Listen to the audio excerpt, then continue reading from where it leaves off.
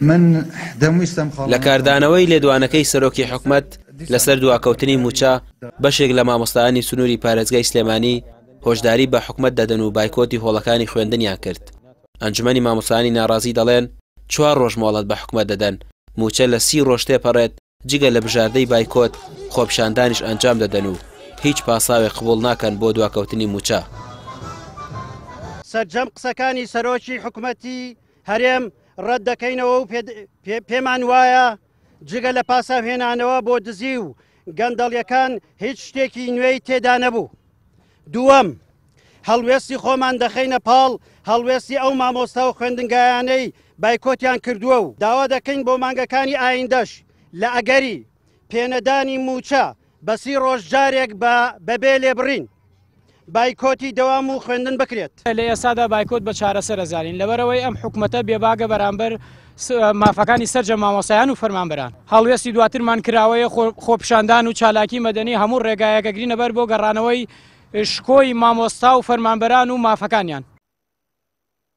لە بەشێکی بەرچاو لە خوێندنگەکانی سنووری ئیدارەی یەکێتی بایکۆتی هۆڵەکانی خوێندن کراوە. لە بەشێک لە فەرمانگەکانیش کاروباری هەوڵاتیان بەهۆی بایکۆتەوە ڕاگیرا.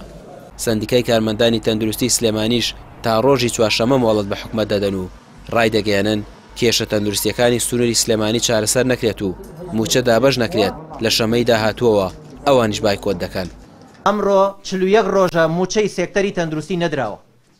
41 ڕۆژە کارمەندانی تەندروستی پزیشکان فەرمانبەرانی ناو ناوەندی تەندروستی خەدەمیەکان مەعاشیان وەرنەگرتو.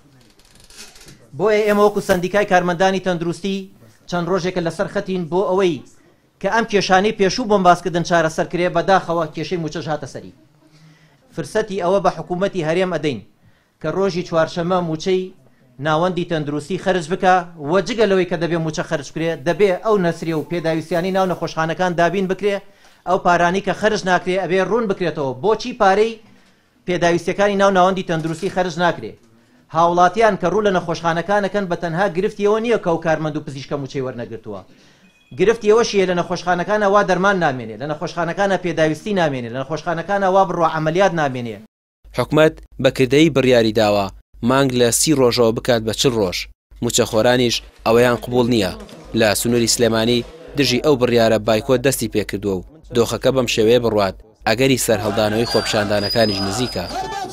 ڕامیار عوسمان کەناڵی پێیام سلێمانی.